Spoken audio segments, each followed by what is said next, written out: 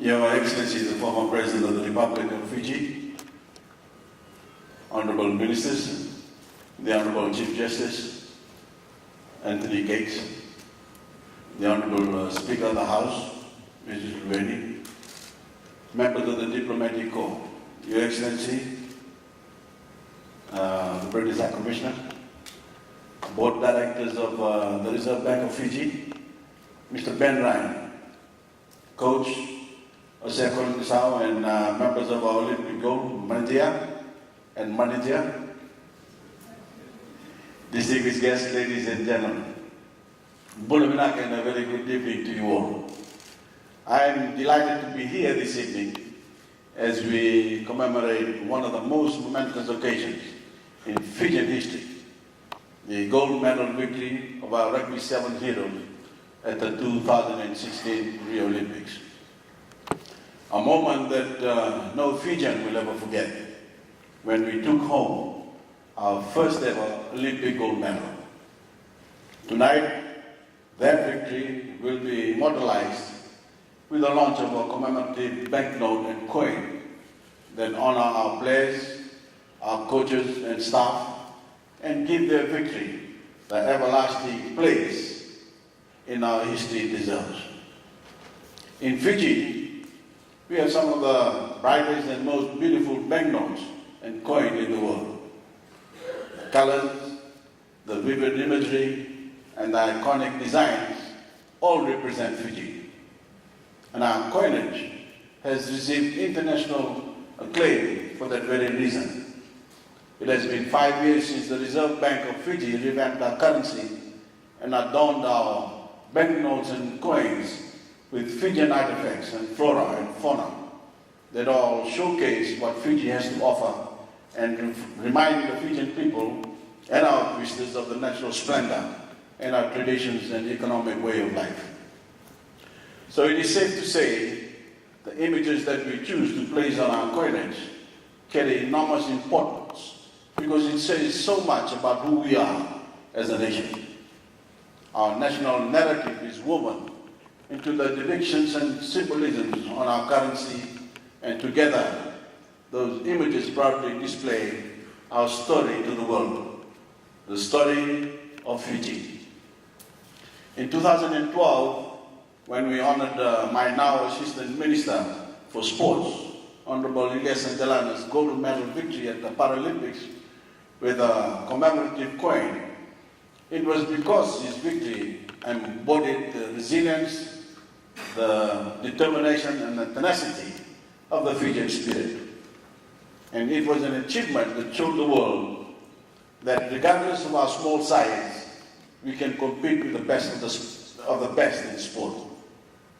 And today, we are honoring the coaches and players on our World Championship side in the same fashion.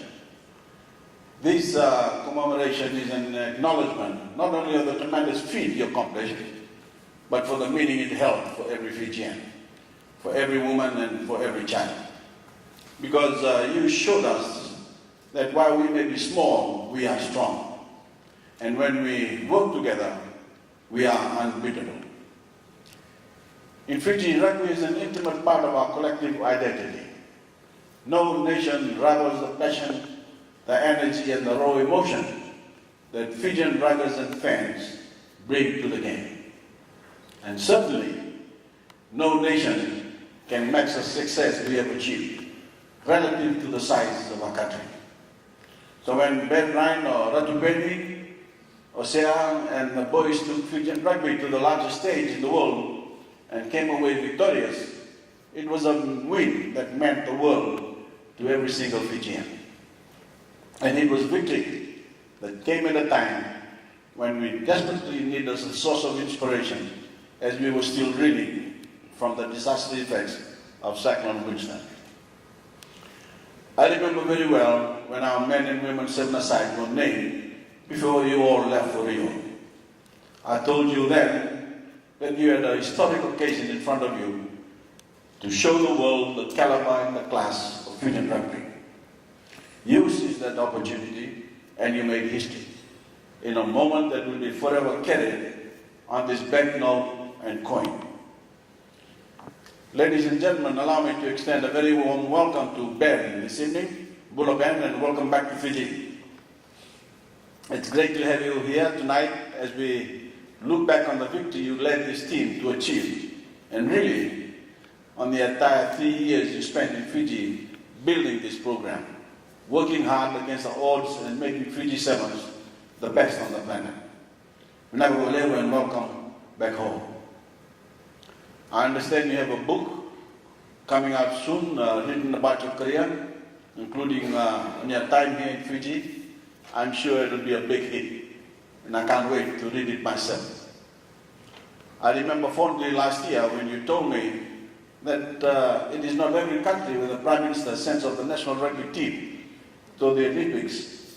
Well, now we've taken that to another level and honored you and your team with a banknote and coin. Because this is Fiji, where our passion for the game of rugby is bar none, where every citizen is glued to the television or radio for every game, and where a victory like the one you and your Ruggers achieved will go down as one of the proudest moments in our history. To our players, thank you again for what you did for your nation and for the Fijian people. It was your sweat, grit and drive that assured that victory in Rio. And during your victory at the Hong Kong Sevens, not even 2 weeks ago, it felt as if I was reliving the Olympic excitement all over again. Congratulations on that victory as well, and keep up the good work. As always, you have every ounce of support we can offer. I haven't seen the coin, the design of this coin and banknote yet. I've been told it's meant to be a surprise. But I want to thank the Reserve Bank for leading this effort to commemorate the hard work and success of our Sevens leaders. I'm very keen to see what you've come up with. Thank you, and God bless you all.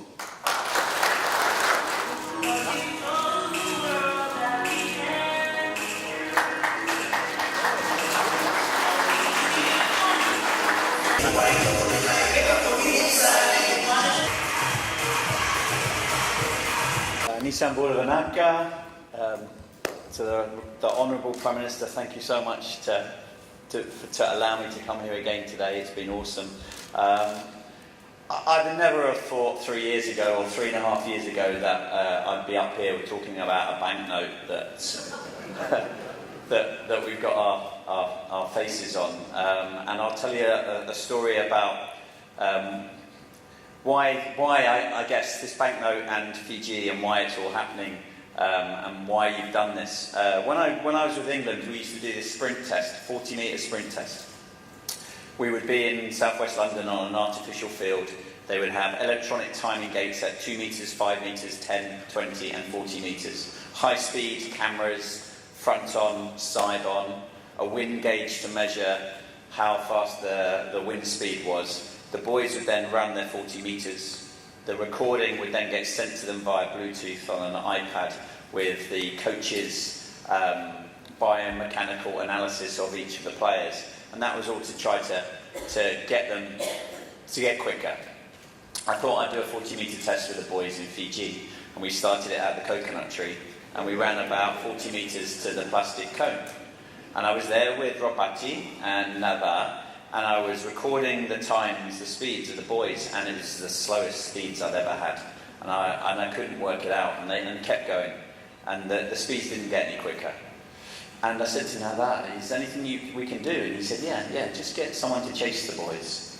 So I went, okay. So I put someone 2 metres behind the boys, and he started chasing the players, and their speeds got up. And then I put someone in front with a rugby ball, and they had to catch him, and the speeds went up to world-class 40-metre speed times.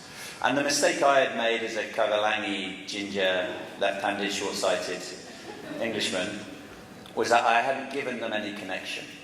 I hadn't said why I was doing it, because for them, for the boys, they were running 40 metres, they weren't getting quicker, they weren't getting fitter, it certainly wasn't any fun, and they weren't scoring any tries. And it gave me this very strong lesson that every time that I did anything, I had to make sure there was a connection, there was a reason why we did it, whether I was getting phone calls from Oscar when he was begging me to go to the petrol station in Pacific Harbour to have some chocolate because I had kept him off sugar, or why we were flying a certain way around the world to avoid jet lag, or our preparation for the Olympic Games and why we were doing different things. Once the connection was there, then the understanding was there, and then the team had bought into it, and then they valued that, and it becomes much stronger when you have a connection that everybody's involved in. And so I was thinking of that story when we were talking about the preparation that you had put into that banknote. You know, the amount of preparation and the different moulds that you'd used until you got the right thing. Well, that was the same over the last 3 years. I was lucky that I had the best captain that I probably will ever have. That was the inspiration behind the team that helped me mould the team. And without the boys and the talent, there was no way that we were going to get there. But we had different moulds and we tried different things until we got to the right result in the end in Rio on August the 11th. And so I guess that connection between the note and the rugby team is the connection between the people of Fiji and the team of Fiji. That every time the boys go out on the field, we talked about that 8th man. Every time the boys ran out into the field, we talked about the pressure that they have representing the national sevens team of Fiji.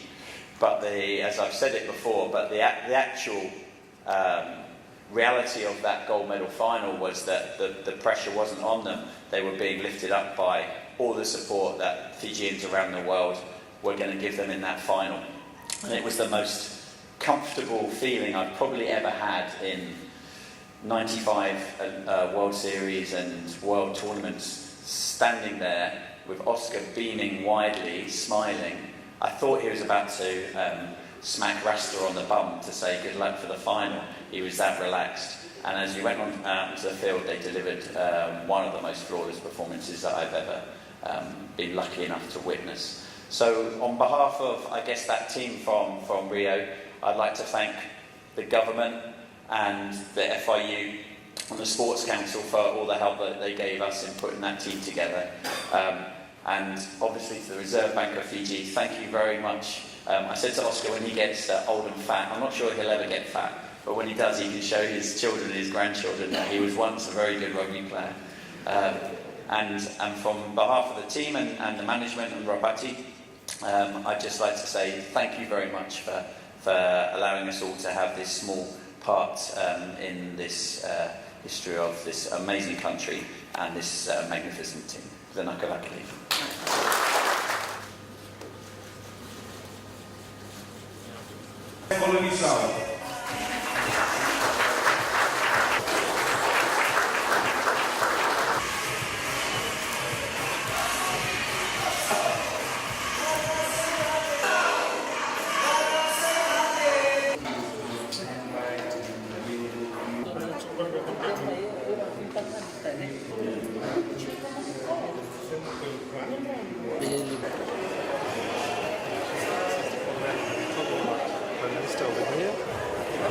That you can see, you have to have a dark. Oh, I see. What's that? It'll shine up the What's that? metal around him, around his neck. Oh, okay. Yeah. So it has to be in a fairly dark. Dark so these room. are good for nightclubs when you verify a note. You use the ultraviolet light, and there you can see the gold medal. Oh, the gold around medal. the neck. Yeah. So that's like a security feature almost. Oh, okay. Right.